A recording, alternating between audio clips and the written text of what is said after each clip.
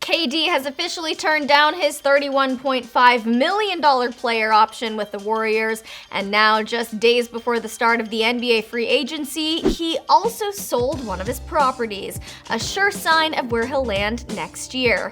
And just to spice things up a bit, the Dallas Mavericks have emerged as a last-minute participant in the contest for KD, alongside the Knicks and the Nets. He might have ruptured his Achilles heel, but he's not showing any signs of weakness. KD is still a hot commodity. Let's talk about this news. Hey everyone, it's Devin Howard. Before diving into this story, find me on Instagram at Devin Howard, then subscribe to the Fumble and tap the bell so you always know exactly what's going down with your favorite athletes. On Wednesday, Kevin Durant turned down his $31.5 million player option with the Warriors, which is something we all pretty much knew was going to happen. The All-Star player has obviously been eager to get out of NorCal, though his destination in free agency has been hotly debated. Initially, we thought he and Kyrie would be making their way to the Knicks, but then KD suffered from that injury, which seemed to cause the New York team to waver a bit. The Brooklyn Nets also want to get in on the action, as do the Mavs, but I'll be getting into that in a second. So as of right now, we don't know where KD will go, but based on his latest real estate moves, we have a general idea. Go New York, go New York, go! The basketball player just sold his multi-million-dollar beachfront home in Malibu, according to the LA Times. Getting rid of what was likely a vacation property in California further supports the theory that he's moving across the country. And to further fuel the speculation that he's going back east, we heard that he recently bought a home in New York City,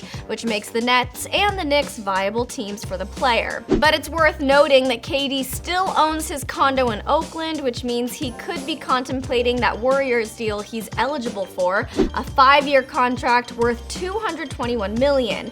In fact, this is what a lot of sports analysts feel KD will do. The other teams can offer KD $164 million over 4 years, so if he's not looking for a change of scenery and is just after some major cash, he could go for that Warriors deal. This might be an unpopular opinion, but something tells me he'll be heading to the Nets. If he really did buy a home in New York, this would make that route make a lot more sense. No, God! Let's also consider how the Dallas Mavericks are suddenly getting into the KD action. The Texas team have thrown themselves into the sweepstakes for Kevin Durant. Would this be a good move for KD? I never imagined him joining the Mavs. It's just something I didn't even ever consider.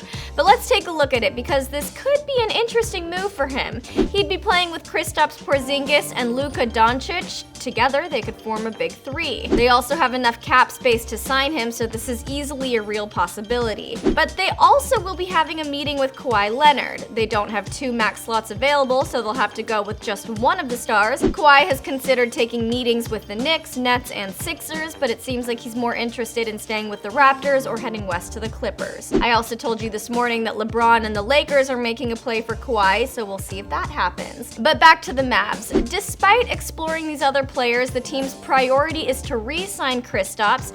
He's a restricted free agent that will likely command a max contract with a starting salary of a little over $27 million per season. They will be getting in that KD bid though, so we'll see what happens.